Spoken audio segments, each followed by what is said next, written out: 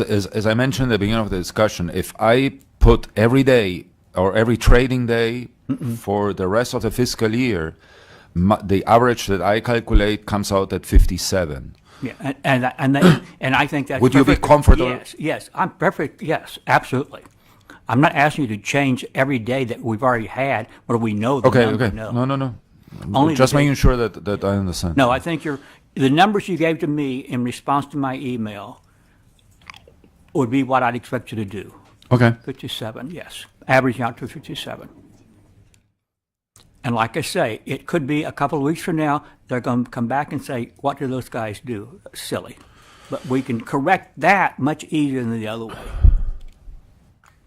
All right, well, as I appreciate it, we're going to need specific numbers on the schedules to be adopted by the conference in order to know how that is going to impact the total revenue picture for the state. Is that correct? And if so, are you able to tell us what those numbers are that would go on the sheet here, and also tell us what the net effect would be on the estimate for both 19 and 20? Yes, sure. And that's something I would defer to Manfred. He had more opportunity to work the numbers a little bit more carefully, and I'm in pretty close to his numbers anyway on this. I was thinking the second half of the year, not the fourth quarter, but so whatever Manfred's estimates are of what that would do, we could back them out of both columns. So maybe I just missed this. Manfred, you've already done the calculation based upon Dr. Richardson's suggestion at 51? It's a very rough one, but it's probably going to be close to what I did yesterday, yes. And so that would make the number on the proposed DOA forecast be 57, not 51. It would be 57. Yes, it's 57 and a fraction. I mean, it's not exactly 57, but it's 57 and a fraction that I come out with for the oil price, the average per year.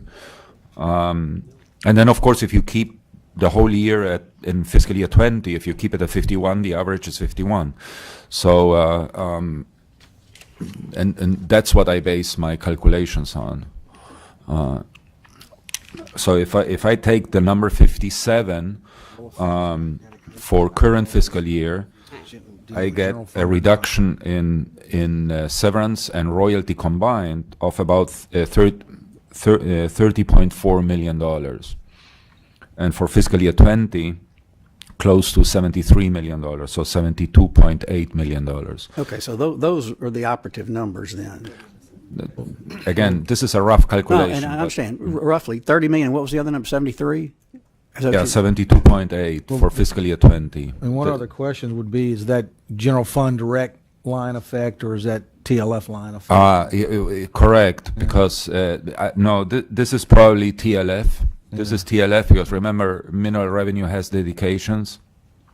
There are severance tax dedications, and Yeah, so at least that is 90%. correct. This is TLF. Greg is right. At least 90% of that is going to hit the general fund.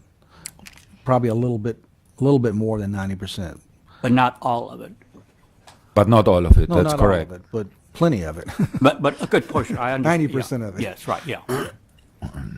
Well, I would also Very- just like to say that any number that you're changing on this front sheet, it is also changing numbers on the back sheet for the dedications, and then on your Act 419 419, sheet. that's So correct.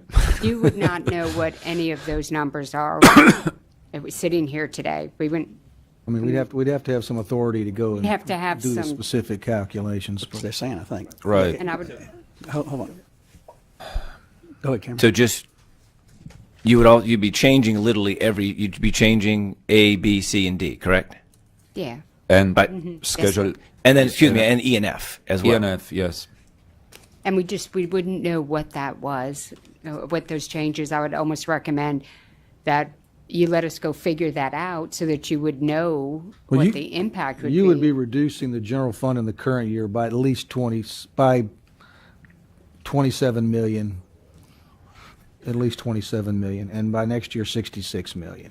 The rest would be a loss from stat deads. And it will be roughly 10%, but it'd probably be a little bit more than 10%. That's as close as we can give you right now. Okay. that I can give you. Only. But that, and No, I agree with Greg. I'm sorry. no. That's not the only issue I have is the oil and gas number. So if the logic is we're going to change this one and everyone will be comfortable, I don't want to give that impression that that will make everyone comfortable. The fact that this is the dollar amount we're going to use to plan the budget that the governor will use and then send to appropriations committee, at that point we'll know whether we were right or wrong. If we were wrong, it is appropriations committee's job at that time to reduce the budget to make up for whatever errors we happen to have made today moving forward. Is that correct? Well, for next year's For next year's, correct. official forecast. I mean, you'll be dealing with the official forecast and the budget's response to the official forecast when the budget's presented to you next year, and you obviously can do what you want with the budget when it's presented to you. But the official forecast would only be a determination of the conference, not of the committee. I'm just wanted to put it out there in case we're all about to leave and go run some numbers real quick. The concern that I'm voicing is not just mine. Obviously, I've spoken to the speaker on this as well about how to proceed with A and B and C and D because they all follow with each other. With the concerns may be. So I just want to put that on the table now before we run off and make numbers and make changes very hastily to try to get things moving today. When at least for me, and I'm not going to speak for anybody up here, there's definitely a huge concern for moving forward with any changes. As we said, we didn't want to make any changes briefly based on 2 weeks worth of information while we don't want to change oil, but now we're going to sit here and change it. And I appreciate what his point is when you look at how much it's plummeted so quickly. But that's just a significant concern as we move forward. So I just want to lay that on the table now before we. Oh, we're not going anywhere fast, and we're not getting ready to, there's no motion on the floor. Good. And so if Then we you've roll got in the the right floor direction. now, why don't you go on and air whatever other concerns No, you have? that I'm good for now. Let's just continue so we can get this oil situation taken care of first, oil price situation. Well, let's go in and talk about whatever else you want to talk about, because I think we understand where we are on the oil question. There's no motion on the floor. Well, right now. why don't we do this? Once you make a motion, if I object, I'll explain it then. I'm not going to make a motion right now. I want to hear what your concerns are about the rest of the forecast, because obviously that's going to have a bearing on what we do by way of the whole forecast. So I think Well, and that was we've my- completed the oil discussion. I think we understand where we are and what the proposal may be. But let's now talk about what other concerns you have on the. Well, I'm not. estimates. If we're still on oil, what is the time frame to change the numbers and get them back? To update all the sheets and get them back? 48 hours, 72 hours. Yeah, I mean, I think if the conference wants to move to do that and change the oil price, I think that was where I was headed anyway. We weren't going to make a decision today because we can't approve a schedule with Right. blanks in it. Correct. Well, We're that's- not knowing what those numbers are. So if it's the will of the body to direct the economists to go back and recalculate based on the $57 number that's been mentioned and how that would and the $51 number for next year, then I think we would adjourn the meeting and then take come back out of their with- business and then have another meeting to actually all the take correct action if information. that's what Okay. this, as we know, this has got to be unanimous today. We all have to agree on what the course of action may be. So that is Well, if that's the case, then we can just move to do that, and then that would leave us with what, section G to deal with? no. I mean, I want to talk about whatever concerns you may have about the rest of the recommendations, because if we send them back just to deal with oil and you have a concern that Well, I can talk to them offline on that, and that way. but you can't talk to us offline on that. I mean, if you have a concern that Yeah, that you I have wanna a concern change- with- if you want no, to no, change I- something, you need to make that proposal so we can talk about that. I'd and then prefer to consider leave it. everything just like it is right now and not change anything, to be perfectly honest with you. That would be my proposal. Well, you're going to have objection to that. I can assure you, based upon the fact that we always rely on recommendations made by the economists, and there doesn't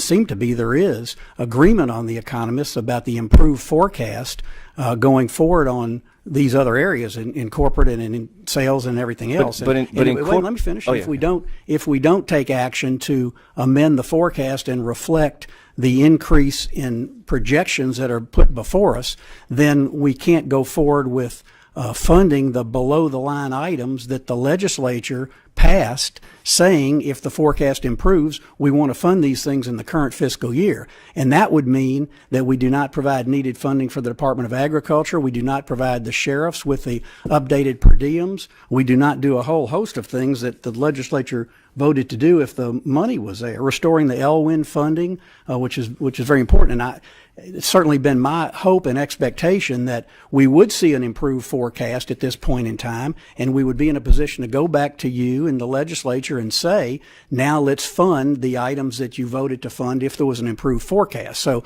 if you're suggesting you're not prepared to vote for any increased revenue based upon the recommendation of the economists, then we won't have a unanimous decision today. We won't take any action today, and I'll call another meeting and do a recalculation, and we'll come back and discuss that, because I'm going to keep asking the conference to fund an increase in revenue based upon the projections that the economists have made. That's the way we've always treated, appropriately so, how we project, and it is a projection, and how we estimate, and it is an estimate, the revenue of the state.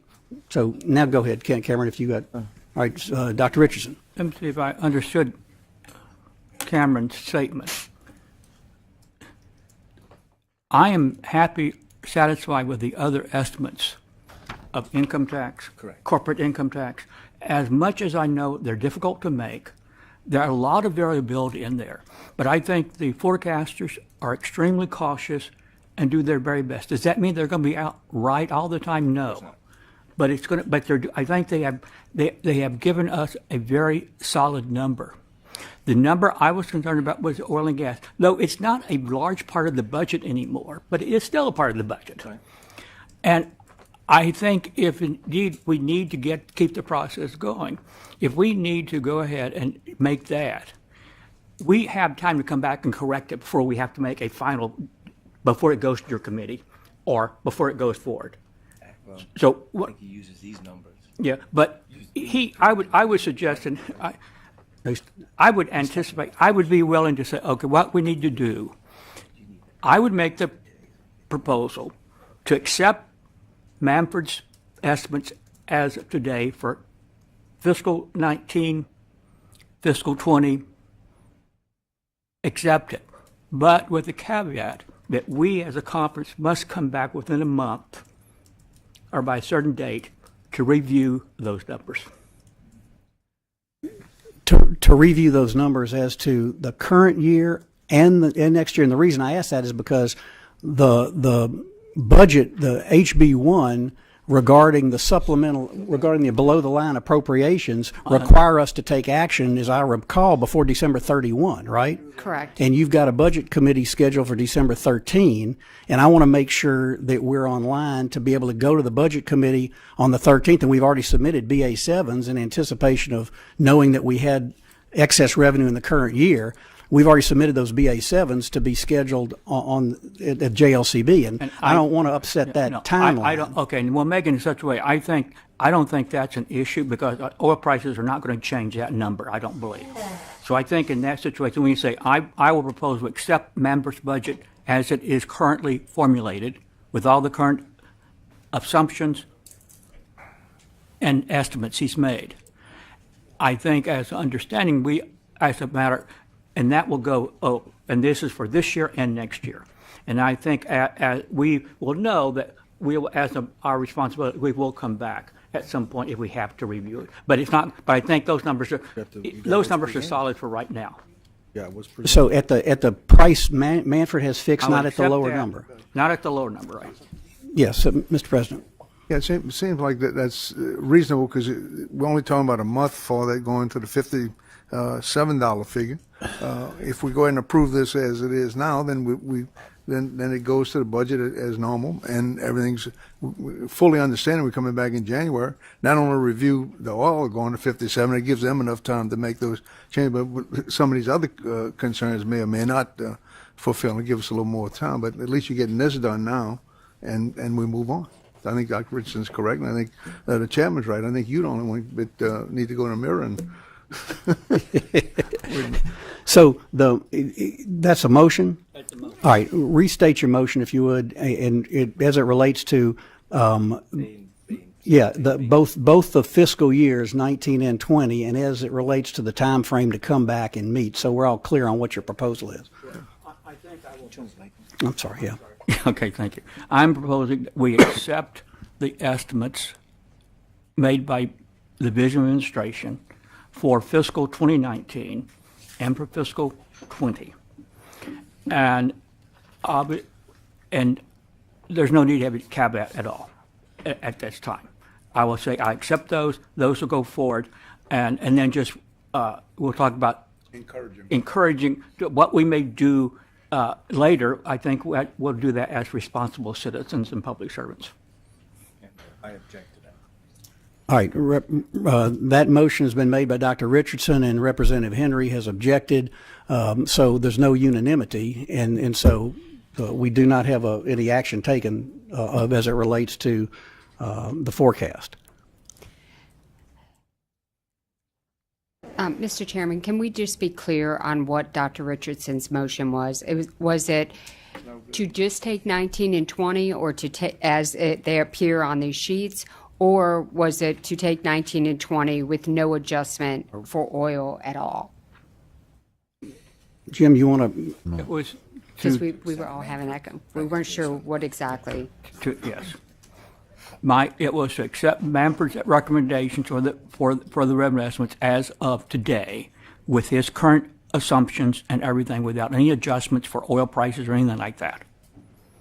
So it was to accept his numbers, which would then be consistent with all the other pages you have. Yeah, all the other documentation. That would be it. So that's all it was. That would get it out, and then if we had to come back later, we would do that. But that's a different issue we'll talk about later. Is that understood, Sherry? I understood. Yeah, Yeah. take it as it is. And you still? Take it as it is on the sheet. Right, so your motion was to just take the estimate as it is As it is. today. Yes. Right. I guess what Greg and I were discussing is that another option would be, and weren't sure when you were making your motion, if you're saying take the estimate but do not adopt anything for oil, which would mean you would leave it in place and you wouldn't be increasing it by the division's recommendation of $2.20. Now, it doesn't get it to the 51 you were just talking about, but we just weren't sure which way you were making your motion, so we were just throwing Are that you out. sure now or not? It doesn't, it wasn't unanimous anyways. Yeah. Representative Henry Okay. objected, but All right, so Representative Henry, let me ask you, are you going to put the BA7s that we've submitted on the agenda for Joint Legislative Committee on the Budget on December 13th?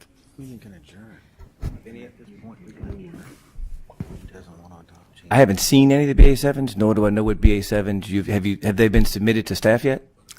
They've been submitted to staff, and all they do is implement the below-the-line funding that the legislature passed based on the anticipated revenue that would be recognized by the conference. But if we don't recognize any revenue, then there's no means to fund them. And that's exactly right, and that's the point I'm making, that if you're going to object to creating the revenue necessary to fund the BA7s, then the BA7s are not going to be funded, and the people who have money in the budget below the line, hoping and expecting that they would get those funds if we had an increase in revenue, need to know that they need to speak to you and the members of the committee, because those items would not be funded if you're not going to put them on the agenda. Well, I can't put anything on the agenda unless it has supporting revenue to pay for it. I mean, you just can't put them on the agenda because we feel like doing it. You actually have to have revenue to do it, correct? Is that a no? You're not going to put them on the agenda?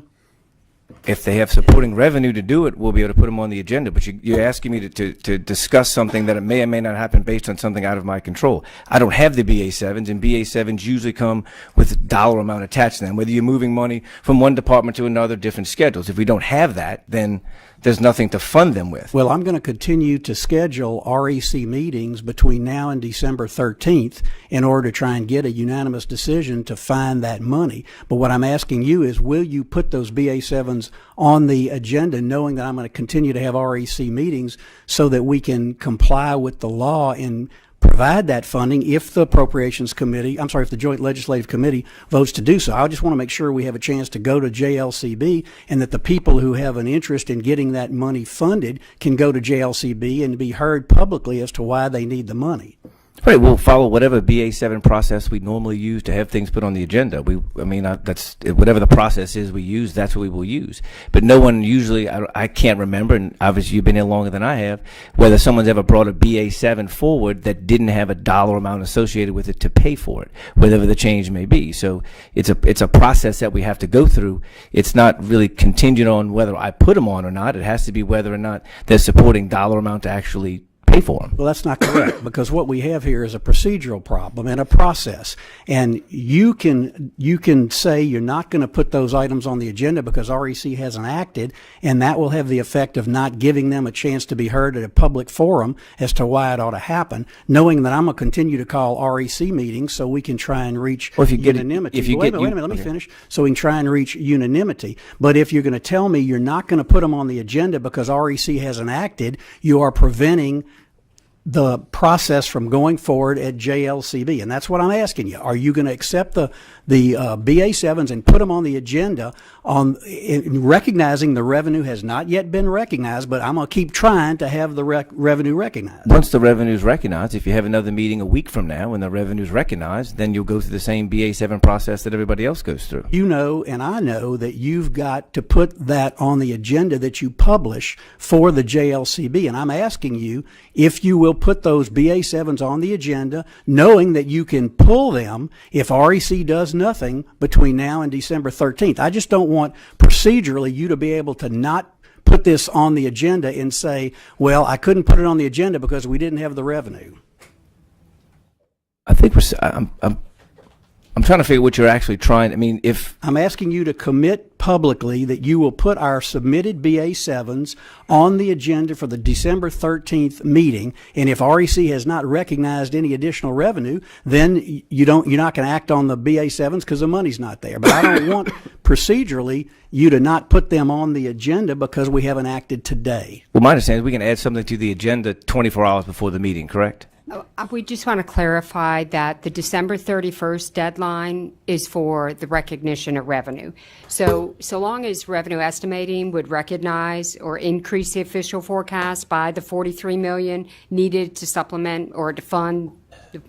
That you could do the BA7s in January or February, correct? Correct, sir. Right. You just need to. That's why I was confused on why you needed the you have BA7s. Right. You don't need the BA7s on the agenda for the 13th. You need the revenue to be recognized before the end of the year, and the BA7s would be in January, February, whenever they would go through the Do them process. in January. And necessary. if revenue is recognized before December 31, will you agree to put those BA7s on the agenda whenever it may be timely to do so? Yeah, whenever it's time to do so, that's fine. Okay.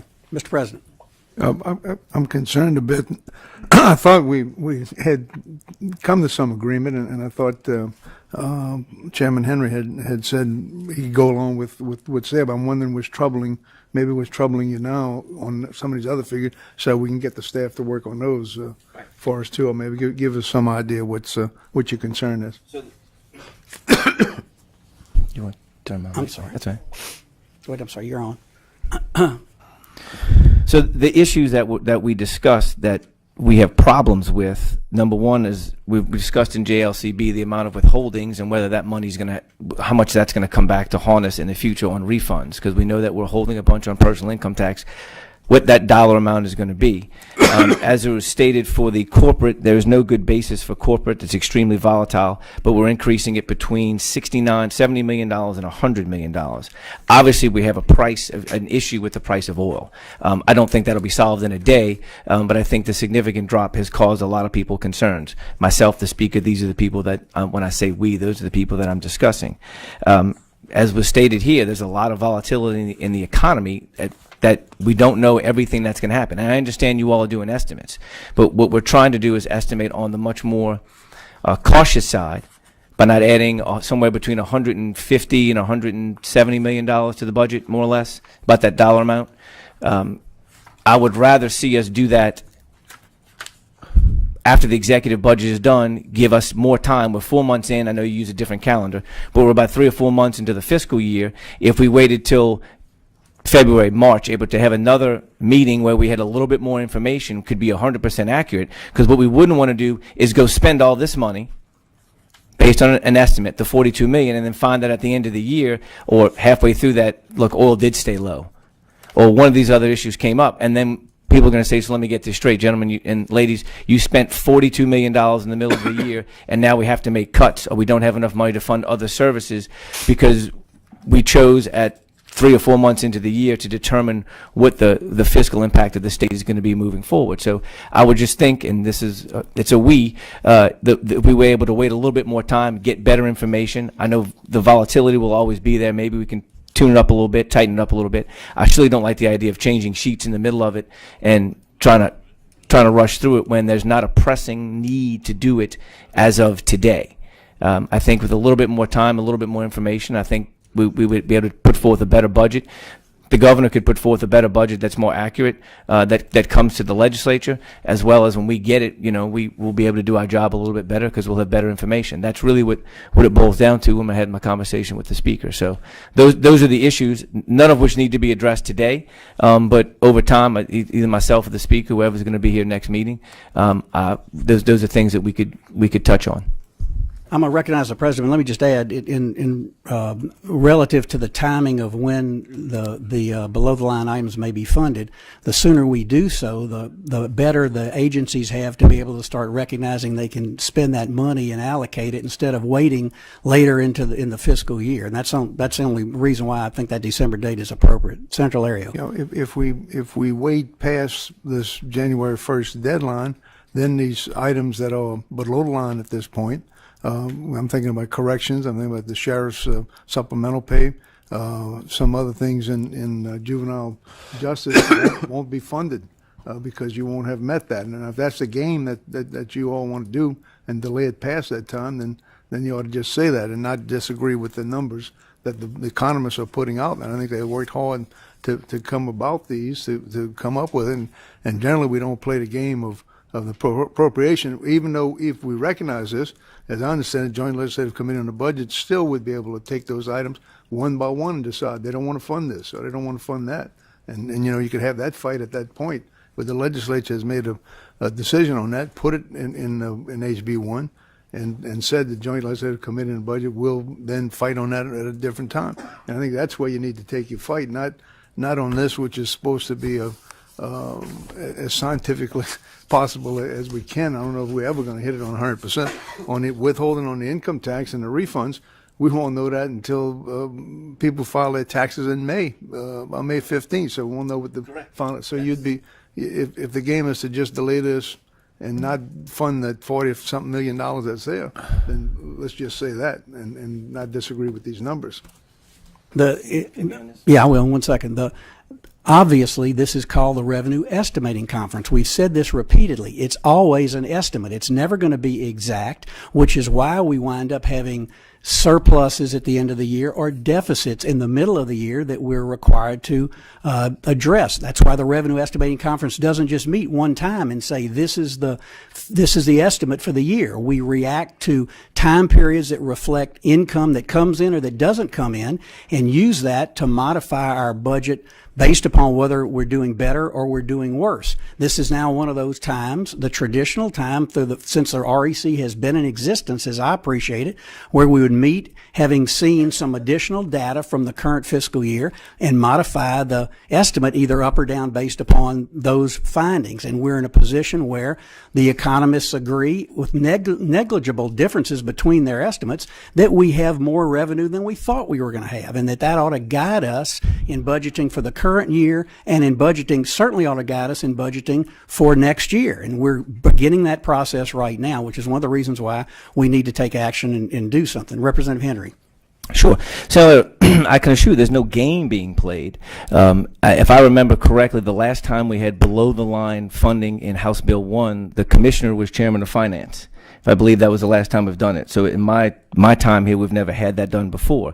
I think the idea of having a budget that is more on the responsible side, not spending money that we may or may not have in the future, and you're correct, we won't know the answer to that refund till the end of the year. What if what if they're wrong by a significant amount? Then there's a shortfall at the end of the year, and we have to come back and explain to folks how we came to that conclusion. So I think the more information we have, the better budget we're going to have. We all should want that. We all should be looking to have the most accurate information with the most amount of data available. 4 months might not be best. Maybe it's 6 months worth of data that's available. That's the best time to do it. So it's surely not that we're playing a game with it. I stopped doing that a long time ago. Senator Lario.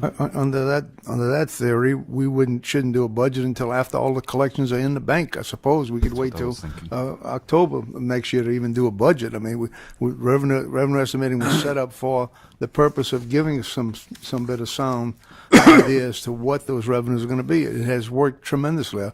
I recall a time when we just simply met on the House floor and said, "Okay, let's raise oil prices 50 cents a barrel." Back then, it meant 50 cents meant about $25–30 million. But and so it was created to do this and to do it as professional as we can. And I think these folks work very hard at doing that. Thank goodness Dr. Richardson here to double check them too when to do that. And I think he watches this. But if we got to modify, and we've gone through this forever. If you got to modify all prices, then that's fine. We agree on that. Good. But to say you're going to wait on the income tax, we'll never get a budget done this next year under that theory. What are you talking about?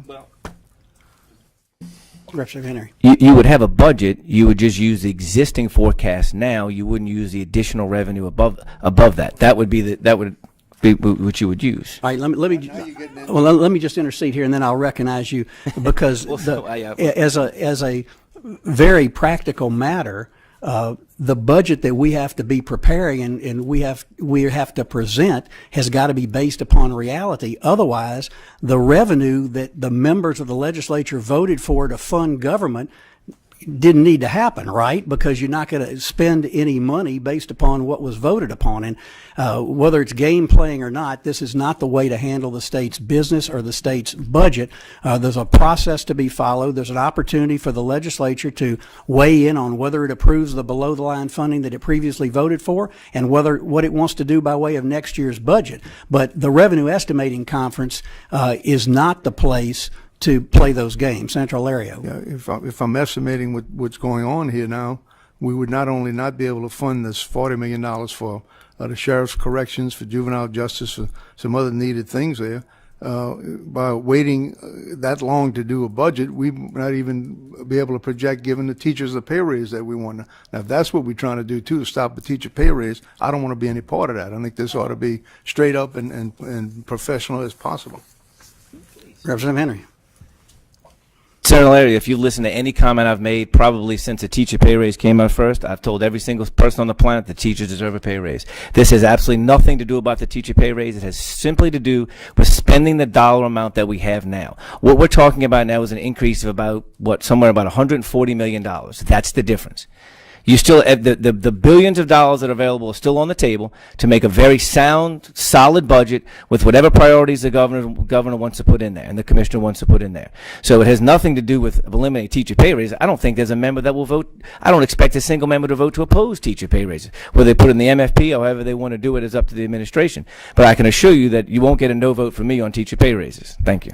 Well, with no additional revenue being recognized, I'll be interested to see what you and your committee will do by way of voting for cuts, which you haven't seemed to be willing to do before. That's exactly what I'm hearing out of that comment. I'm going to vote for teacher pay raise, but I'm not going to vote for the revenue for it. And revenue, not raising taxes, you're simply recognizing revenue that's coming into the state and ought to be allocated to them. I just think that's an awful way to conduct ourselves.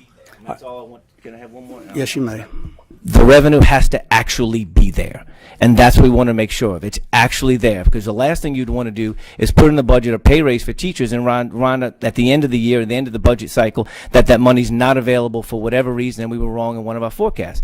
That's just all I'm trying to do is make sure the money we spend is actually there. That's all it is. All right, this is what we're going to do. Items 1, 2, and 3 on the agenda, obviously we will not be able to take action on today.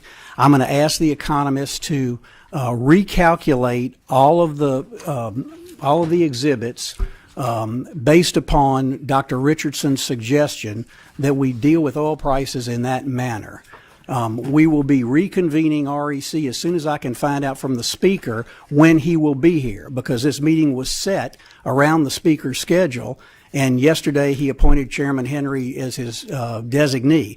I'll set a meeting so that we can have the speaker here, so we can see if the speaker is going to concur with the position that Chairman Henry is taking today. And we'll continue to have these REC meetings in an effort to try and recognize the revenue that obviously the economists agree are here. But let's proceed with items 4, 5, and 6 on the agenda, and so we'll get something done today.